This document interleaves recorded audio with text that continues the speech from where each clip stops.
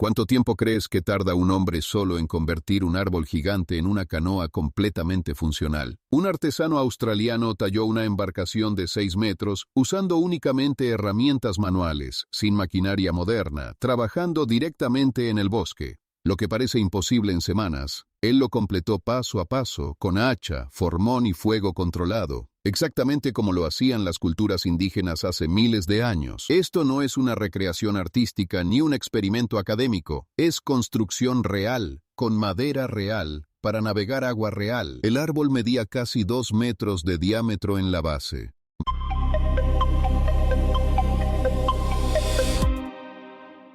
Mike lo encontró caído en el bosque australiano, parcialmente enterrado bajo años de vegetación acumulada. No era un árbol cualquiera, era un eucalipto rojo, una especie conocida por su madera extremadamente densa y resistente al agua, exactamente el tipo de material que las comunidades aborígenes australianas usaban para construir embarcaciones ceremoniales y de pesca hace más de 10.000 años. El problema inmediato era el tamaño. Un tronco de esas dimensiones pesa varios miles de kilogramos. Moverlo sin maquinaria pesada requiere un sistema específico de palancas, rodillos y fuerza distribuida. Mike pasó 3 días completos solo posicionando el tronco correctamente antes de cortar el primer centímetro de madera. Usó troncos más pequeños como rodillos, cuerdas de alta resistencia ancladas a árboles cercanos, y una palanca de madera de casi 4 metros para girar el tronco sobre su propio eje. La decisión más difícil no fue técnica sino dimensional, pero tallarla incorrectamente desde el principio significa que el error se amplifica con cada golpe de hacha. Una canoa tradicional aborigen de ese tamaño podía transportar entre 8 y 12 personas adultas. Si la línea central del casco no es perfectamente simétrica desde el inicio, la embarcación final girará en círculos en el agua en lugar de avanzar en línea recta. Mike marcó la línea central con carbón vegetal y la verificó con un nivel de burbuja improvisado, usando una botella de agua parcialmente llena atada horizontalmente al tronco. El eucalipto rojo presenta además una característica que complica el trabajo. Su madera contiene aceites naturales que la hacen extremadamente resbaladiza cuando está fresca. Las herramientas rebotan si el ángulo de corte no es exacto.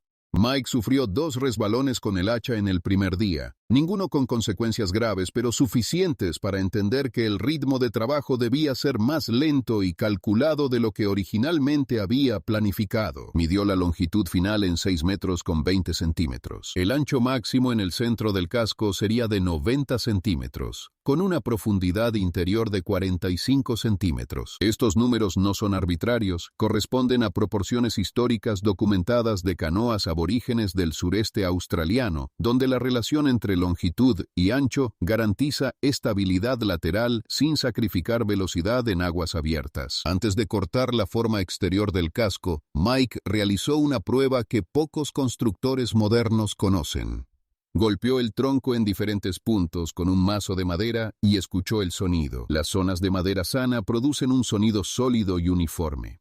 Las zonas con pudrición interna o grietas ocultas producen un sonido hueco y diferente. Encontró 2 secciones problemáticas cerca de uno de los extremos del tronco. Ajustó la longitud final de la canoa para evitar esas zonas, reduciendo el diseño original en casi 30 centímetros. Con un hacha de mango largo, comenzó a definir la proa, el extremo delantero de la embarcación. El primer corte real llegó al 4.º día. Cada golpe removía entre 2 y 4 centímetros de madera. El sonido era constante y rítmico, audible a cientos de metros de distancia en el bosque silencioso. Ese sonido no pararía de forma definitiva durante las siguientes semanas.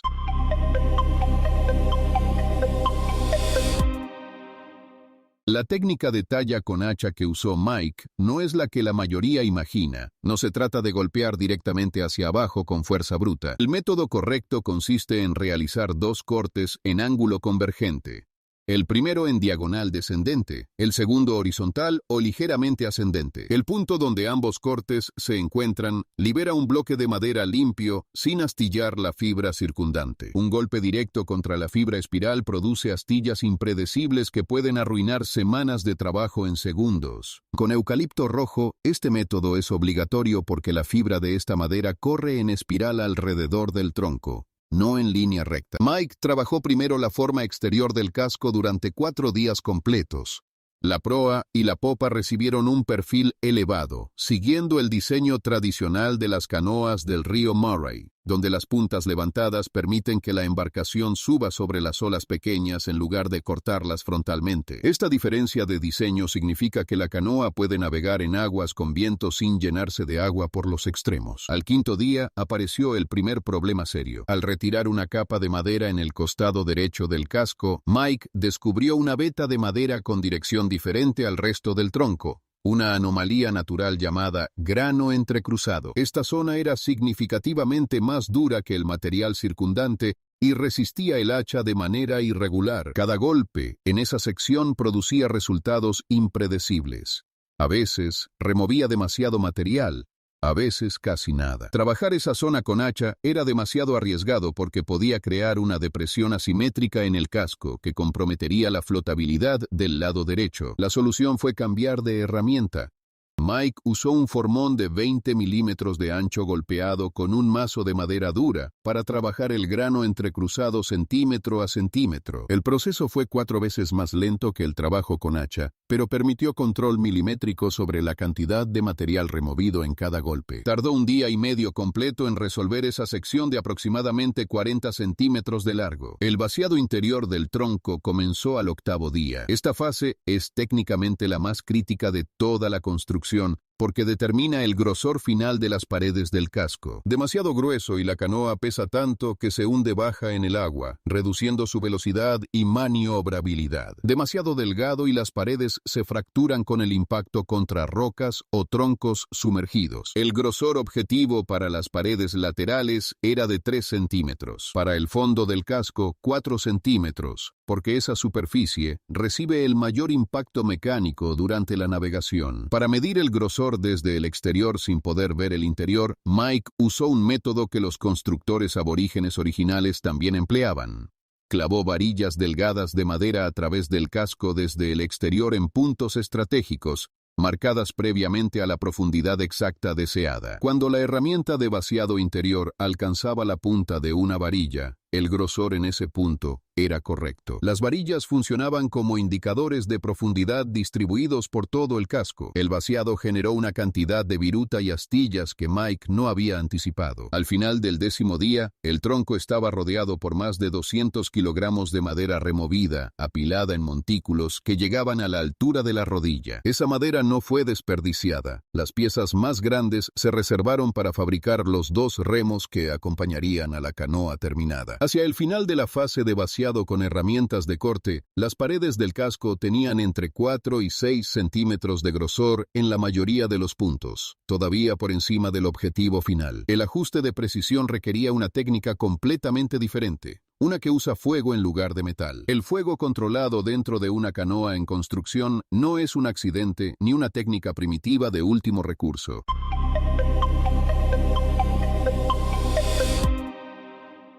Es el método más preciso disponible para ajustar el grosor final de las paredes de madera sin herramientas de corte. Los pueblos indígenas de Australia, del Pacífico y de América del Norte desarrollaron esta técnica de forma independiente en diferentes continentes porque funciona mejor que cualquier alternativa manual para madera densa.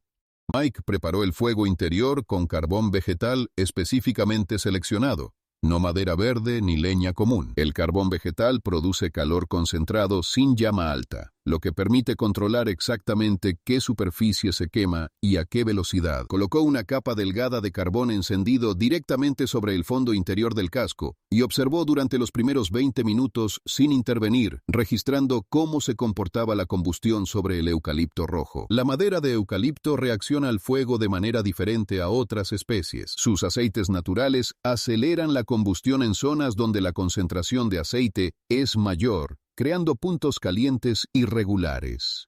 Mike descubrió esto en los primeros minutos cuando una sección del fondo comenzó a carbonizarse más rápido que las zonas adyacentes. Extinguió ese punto con arena seca, no con agua, porque el agua enfría la madera de forma brusca, y puede causar microfracturas internas invisibles que debilitan el casco permanentemente. El sistema de control que desarrolló usaba arena seca como regulador. Cubrir una zona con arena detiene la combustión en segundos. Retirar la arena permite que el calor residual continúe trabajando la madera durante varios minutos más. Con este método, Mike podía dirigir el proceso de carbonización con una precisión de aproximadamente 5 centímetros, concentrando el adelgazamiento exactamente donde las paredes todavía estaban por encima del grosor objetivo. La carbonización superficial que deja el fuego no es un daño que deba eliminarse completamente. Una capa de carbón de 2 a 3 milímetros de profundidad sobre la madera actúa como sellador natural. El carbón cierra los poros de la madera, reduciendo la absorción de agua y aumentando la resistencia a organismos que degradan la madera sumergida. Las canoas aborígenes originales que han sobrevivido en colecciones museísticas muestran esta capa de carbonización interior como característica deliberada, no como señal de descuido. Mike realizó 6 sesiones de fuego controlado durante 3 días. Entre cada sesión esperaba que la madera se enfriara completamente antes de medir el grosor con las varillas de referencia y antes de encender el siguiente ciclo. Saltarse el período de enfriamiento habría significado acumular calor en capas progresivas, perdiendo control sobre la profundidad de carbonización y arriesgando quemar completamente una pared del casco. Al final del tercer día de trabajo con fuego, las mediciones con varillas confirmaron que el fondo del casco había alcanzado 4 centímetros de grosor en todos los puntos medidos. Las paredes laterales estaban entre 3 y 3,5 centímetros. Esos medio centímetro extra sobre el objetivo mínimo en las paredes laterales era intencional. La fase de pulido posterior con piedras abrasivas removería entre 3 y 5 milímetros adicionales, llevando el grosor final exactamente al objetivo. El interior carbonizado necesitaba limpieza antes del pulido. Mike usó ramas de eucalipto verde dobladas en forma de cepillo para remover el carbón suelto, trabajando en secciones de 30 centímetros desde un extremo hasta el otro del casco. El polvo de carbón que generó esta limpieza tiñó completamente sus manos, ropa y el suelo alrededor del tronco durante 2 días.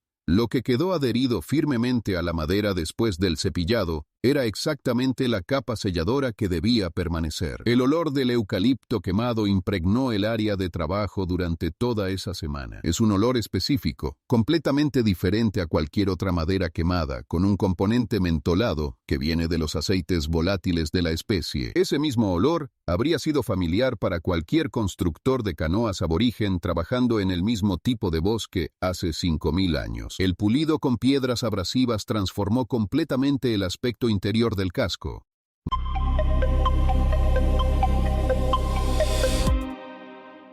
¿Te imaginas poder crear tu propia canoa como Mike, pero sin tanto esfuerzo? En playprofi.com tenemos todas las mejores redes neuronales al alcance de tu mano. Regístrate hoy por la enlace en la descripción y recibirás un bonus de 500 tokens. No dejes que esta oportunidad se hunda. Mike usó 3 tipos de piedra en secuencia. Primero arenisca gruesa para eliminar las irregularidades más grandes dejadas por el hacha y el formón, luego arenisca de grano medio para nivelar la superficie, y finalmente cuarcita de grano fino para el acabado. Cada tipo de piedra removía exactamente el tipo de imperfección para el que estaba diseñado. Usar la piedra fina directamente sobre madera sin trabajar habría tardado 10 veces más y producido un resultado inferior. El pulido interior reveló algo que las capas de carbón habían ocultado. La veta de la madera de eucalipto creaba patrones visuales complejos en la superficie, zonas de color rojizo oscuro, alternando con franjas más claras donde la densidad de la madera era diferente. Funcionalmente irrelevante, pero visualmente notable, en una embarcación que en ese punto ya comenzaba a tener proporciones claramente reconocibles como canoa. La forma exterior del casco requirió un trabajo diferente al interior. Mientras que el interior necesitaba ser lo más liso posible para reducir la resistencia al agua acumulada dentro de la embarcación, el exterior necesitaba un perfil hidrodinámico específico. El fondo exterior de la canoa no es plano sino ligeramente convexo, con una curvatura continua desde la proa hasta la popa. Esta curvatura, llamada astilla muerta en construcción naval, permite que la embarcación se incline lateralmente sin perder estabilidad, porque el punto de contacto con el agua cambia gradualmente en lugar de hacerlo de forma abrupta. Mike talló esta curvatura exterior usando el hacha en ángulos muy específicos, verificando el perfil constantemente con una regla de madera recta apoyada transversalmente sobre el casco. Cualquier punto donde la regla tocara el casco sin espacio indicaba una zona plana que necesitaba más trabajo. El proceso de verificación y corrección se repitió docenas de veces, hasta que la regla mostraba un espacio uniforme en todos los puntos del fondo exterior. Los costados exteriores del casco recibieron un tratamiento diferente. En lugar de la curvatura del fondo, los costados necesitaban una ligera inclinación hacia afuera desde la línea de flotación hacia el borde superior, lo que en construcción naval se llama francobordo con abocinamiento. Esta inclinación cumple dos funciones. Aumenta el volumen interior de la embarcación sin aumentar su anchura en la línea de flotación y deflecta hacia afuera el agua que golpea los costados en lugar de dejarla entrar. Al 17º día de trabajo, la canoa tenía su forma final definida en madera sólida. Las dimensiones reales medidas diferían ligeramente del diseño original.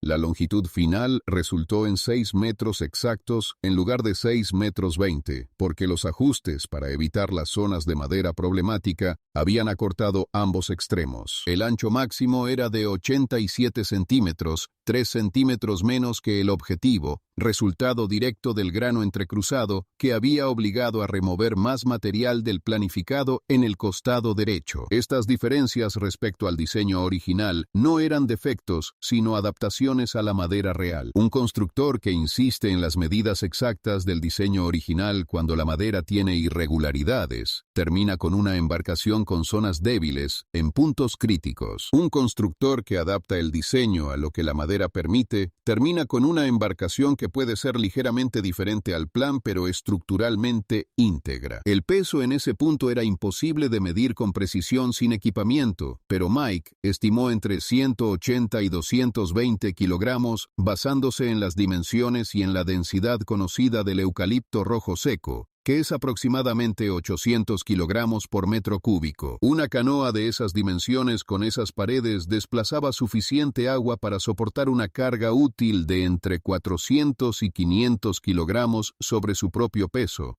lo que confirmaba la capacidad de transportar varios adultos que el diseño original prometía. Faltaban todavía 3 fases críticas antes de que la embarcación pudiera tocar el agua: el sellado con resina natural, la instalación de los travesaños de refuerzo interno y la prueba de flotabilidad controlada en aguas poco profundas. Cada una de esas fases podía revelar problemas que invalidaran semanas de trabajo previo. La mañana del 18º día, Mike encontró una grieta. No era una grieta pequeña ni superficial.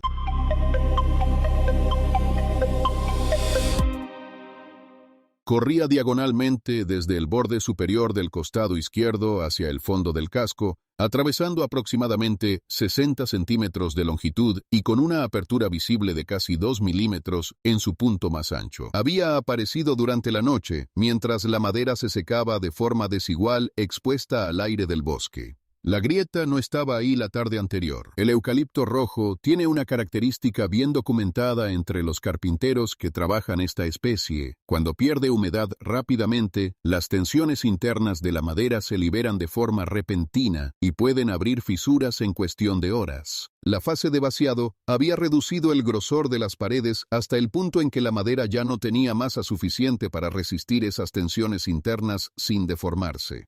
Mike midió la profundidad de la grieta con una varilla fina de metal. Penetraba 4 centímetros hacia el interior de la pared, que en ese punto tenía 3,5 centímetros de grosor total. La grieta atravesaba la pared completamente de lado a lado. Una embarcación con esa fisura en el casco hundiría agua continuamente durante la navegación y estructuralmente era incapaz de soportar la carga de varios pasajeros sin riesgo de fractura completa bajo tensión. Existían 3 opciones. La primera era abandonar el proyecto y aceptar que la madera había fallado. La segunda era cortar completamente la sección dañada y reducir la longitud de la canoa en aproximadamente 80 centímetros, perdiendo parte del trabajo realizado, pero manteniendo la integridad estructural del resto. La tercera era intentar reparar la grieta usando resina natural reforzada con fibra vegetal, un método documentado en canoas históricas de varias culturas del Pacífico. Mike eligió la tercera opción, pero con una condición: Si la reparación no producía una unión estructuralmente sólida verificable antes de aplicar el sellado general, cortaría la sección dañada sin dudarlo. Recolectó resina de un árbol de acacia cercano, una especie que produce una goma natural con propiedades adhesivas significativas cuando se calienta, y mezcla con carbón vegetal fino, en proporción aproximada de 3 partes de resina por 1 parte de carbón. Esta mezcla, llamada en contextos arqueológicos australianos como compuesto de resina-carbón, aparece en herramientas y artefactos aborígenes con fechas de hasta 45.000 años. Preparó la grieta antes de aplicar la resina. Con un formón fino ensanchó ligeramente los bordes internos de la fisura en forma de V, creando más superficie de contacto para el adhesivo. Limpió el polvo de madera resultante con aire soplado directamente desde la boca. Calentó la mezcla de resina y carbón sobre brasas hasta que alcanzó consistencia líquida y la introdujo en la grieta usando una varilla de madera fina como aplicador, trabajando desde el punto más profundo hacia la superficie para evitar atrapar burbujas de aire dentro de la reparación. Aplicó 3 capas en total, dejando cada una enfriar y solidificar parcialmente antes de agregar la siguiente. La última capa sobresalió ligeramente de la superficie del casco, formando un cordón elevado sobre la línea de la grieta. Cuando estuvo completamente fría, Mike la lijó con la piedra de cuarcita fina hasta dejarla al ras, con la superficie circundante. La prueba de la reparación llegó al día siguiente.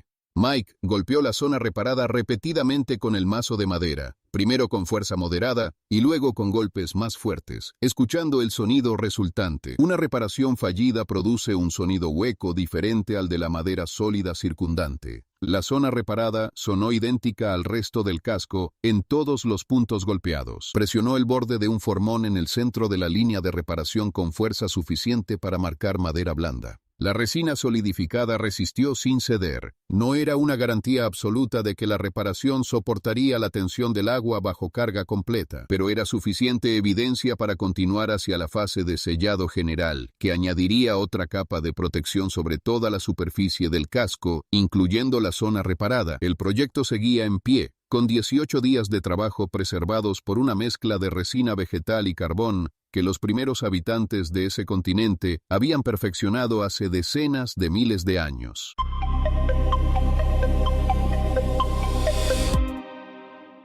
El sellado general de toda la superficie del casco comenzó al 20º día. Mike preparó una cantidad significativamente mayor de la mezcla de resina y carbón que había usado para la reparación de la grieta, calculando que necesitaría cubrir aproximadamente 4 metros cuadrados de superficie interior y exterior combinadas. Recolectó resina de acacia durante 2 días completos antes de iniciar esta fase, extrayendo el material de 7 árboles diferentes para obtener suficiente volumen sin dañar ninguno de ellos de forma irreversible. La aplicación del sellado seguía un orden específico. Primero, el interior del casco, comenzando por el fondo y trabajando hacia los bordes superiores. Luego el exterior, en el orden inverso. Este orden garantizaba que las zonas de mayor riesgo de filtración, el fondo donde la presión del agua es máxima durante la navegación, recibieran la capa más gruesa y uniforme de sellador. Al mismo tiempo que avanzaba el sellado, Mike instaló los travesaños de refuerzo interno. Estos son piezas de madera transversales fijadas entre los 2 costados del casco a intervalos regulares, que cumplen la función de mantener la abertura de la canoa constante y evitar que los costados se doblen hacia adentro bajo la presión lateral del agua.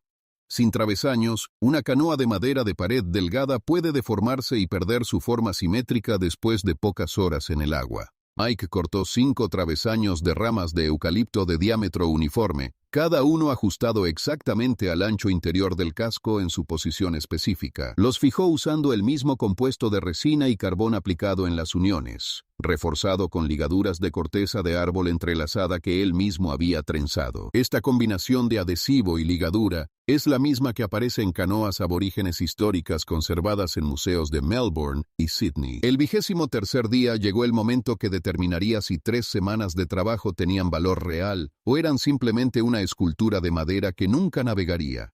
Mike necesitaba llevar la canoa terminada desde el lugar de construcción en el bosque hasta el río más cercano, una distancia de aproximadamente 200 metros con desnivel descendente moderado. El problema era el peso. Con el sellado aplicado y los travesaños instalados, la canoa pesaba entre 210 y 240 kilogramos, según la estimación de Mike. Un hombre solo no puede cargar eso. La solución fue el mismo sistema de rodillos y cuerdas que había usado para posicionar el tronco original al inicio del proyecto, pero ahora en dirección inversa y cuesta abajo, lo que añadía el riesgo de que la embarcación ganara velocidad descontrolada en las secciones de mayor pendiente. Mike preparó el recorrido durante medio día antes de intentar el movimiento. Colocó rodillos de tronco pequeño cada 1,5 metros a lo largo de toda la ruta, niveló las secciones más irregulares del terreno con tierra compactada, e instaló 2 puntos de anclaje intermedios usando árboles como freno de emergencia en caso de pérdida de control. El movimiento completo tardó 4 horas para 200 metros. La canoa llegó al borde del río sin daños adicionales. Mike la inspeccionó completamente antes de cualquier contacto con el agua, buscando grietas nuevas producidas durante el transporte. No encontró ninguna. El sellado de resina estaba intacto en todos los puntos verificados. La primera prueba de flotabilidad fue sin tripulante. Mike empujó la canoa vacía hacia el agua desde la orilla y la sostuvo con una cuerda mientras observaba la línea de flotación y buscaba entrada de agua. La embarcación flotó inmediatamente con la proa y la popa elevadas simétricamente, confirmando que la distribución de peso de la madera era uniforme.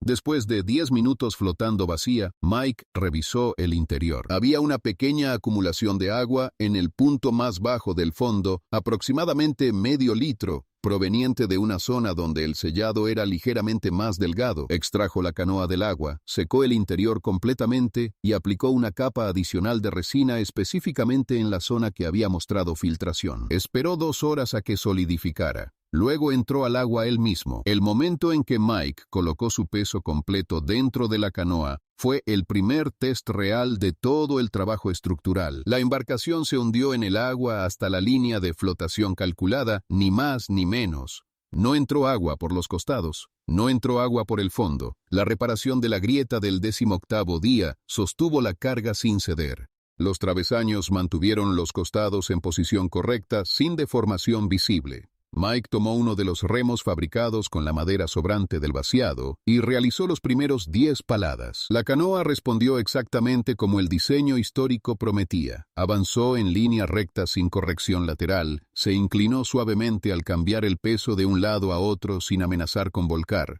y la proa elevada cortó la pequeña corriente superficial del río sin hundirse. 23 días después del primer golpe de hacha, el Eucalipto Rojo navegaba. La prueba con un solo tripulante en aguas tranquilas no era suficiente para validar la embarcación.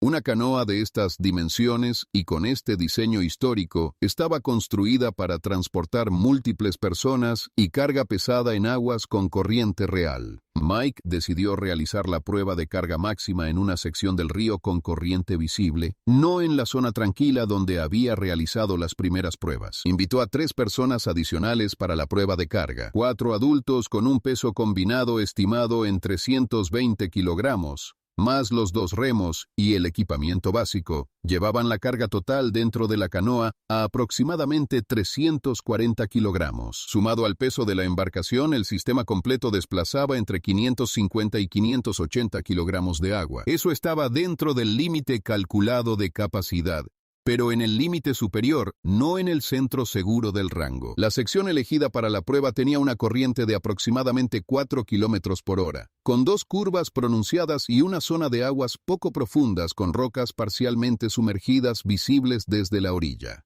No era una condición extrema para navegación en río, pero era suficientemente exigente para revelar cualquier debilidad estructural o de diseño que las pruebas en aguas tranquilas no hubieran detectado. Los 4 tripulantes entraron a la canoa desde una rampa de tierra en la orilla. La embarcación se hundió en el agua notablemente más que durante la prueba individual. La línea de flotación subió hasta quedar a solo 12 centímetros del borde superior de los costados. 12 centímetros era el margen entre el interior seco de la canoa y el río. Cualquier ola lateral de más de esa altura entraría directamente dentro. Durante los primeros 50 metros en aguas tranquilas antes de alcanzar la corriente, todo funcionó según lo esperado. La canoa respondía a los remos, mantenía la línea recta y los costados permanecían secos. Luego llegaron a la corriente. El primer impacto de la corriente lateral contra la proa giró la embarcación aproximadamente 15 grados antes de que los remeros pudieran corregir. En ese momento, el costado izquierdo quedó perpendicular a la corriente durante 2 segundos. Recibiendo el flujo de agua directamente. El nivel interior subió en ese costado hasta 6 centímetros del borde. 4 tripulantes se movieron simultáneamente hacia la derecha para compensar la inclinación, lo que estabilizó la embarcación, pero redujo el margen en el costado derecho a 8 centímetros. La primera curva del río fue el momento de mayor tensión. La corriente en el exterior de una curva es significativamente más rápida que en el interior, creando una diferencia de presión que empuja la embarcación hacia el interior de la curva, mientras la corriente más rápida intenta girarla. Mike dirigió la proa hacia el interior de la curva anticipadamente, usando la corriente lenta de ese lado para mantener control, mientras los 2 remeros de popa compensaban el giro con paladas asimétricas. La canoa atravesó la curva correctamente, pero con el margen de los costados reducido a 9 centímetros en el punto de mayor presión lateral. En ese instante, con 4 personas dentro, a 4 kilómetros por hora de corriente, y con la madera de eucalipto respondiendo exactamente como el diseño histórico indicaba que debía responder, la reparación del 18º día recibió su prueba definitiva. La zona de la grieta reparada estaba en el costado izquierdo, precisamente el lado que había recibido el mayor impacto de corriente durante la primera maniobra de corrección. Mike la observó directamente durante toda la prueba. La resina de acacia mezclada con carbón, aplicada en 3 capas sobre una grieta de 60 centímetros, sostuvo la presión combinada del agua exterior y la carga interior sin producir ninguna filtración visible. La zona de rocas parcialmente sumergidas fue el último obstáculo. La profundidad del agua en esa sección era de entre 40 y 70 centímetros, suficiente para flotar la canoa cargada, pero con margen mínimo bajo el fondo del casco. Mike eligió la línea de navegación desde 20 metros antes, identificando el canal más profundo entre las rocas visibles. La quilla de la canoa rozó una roca sumergida en un punto, produciendo un sonido de raspado claramente audible para todos los tripulantes. El casco no se fracturó. El sellado de resina en esa zona absorbió el impacto sin perder integridad. Al salir de la zona de rocas y entrar nuevamente en aguas profundas y tranquilas, Mike detuvo los remos y revisó el interior del casco con la mano, palpando el fondo y los costados buscando humedad anormal. El fondo tenía la misma acumulación mínima de humedad que había mostrado desde la primera prueba, sin incremento después de la maniobra completa con carga máxima. Los costados estaban completamente secos. 23 días de construcción y una grieta que casi terminó el proyecto habían producido una embarcación que funcionaba exactamente como debía funcionar. No como una aproximación moderna a una técnica antigua, como la técnica antigua misma, ejecutada con los mismos materiales y los mismos métodos, produciendo el mismo resultado que había transportado personas por los ríos australianos durante milenios.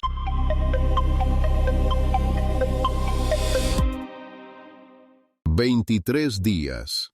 Esa es la respuesta a la pregunta del principio. Un hombre solo, sin maquinaria moderna, sin electricidad, sin herramientas fabricadas industrialmente, convirtió un eucalipto rojo caído de 2 metros de diámetro en una canoa funcional de 6 metros en 23 días de trabajo. Los números concretos del proyecto son los siguientes.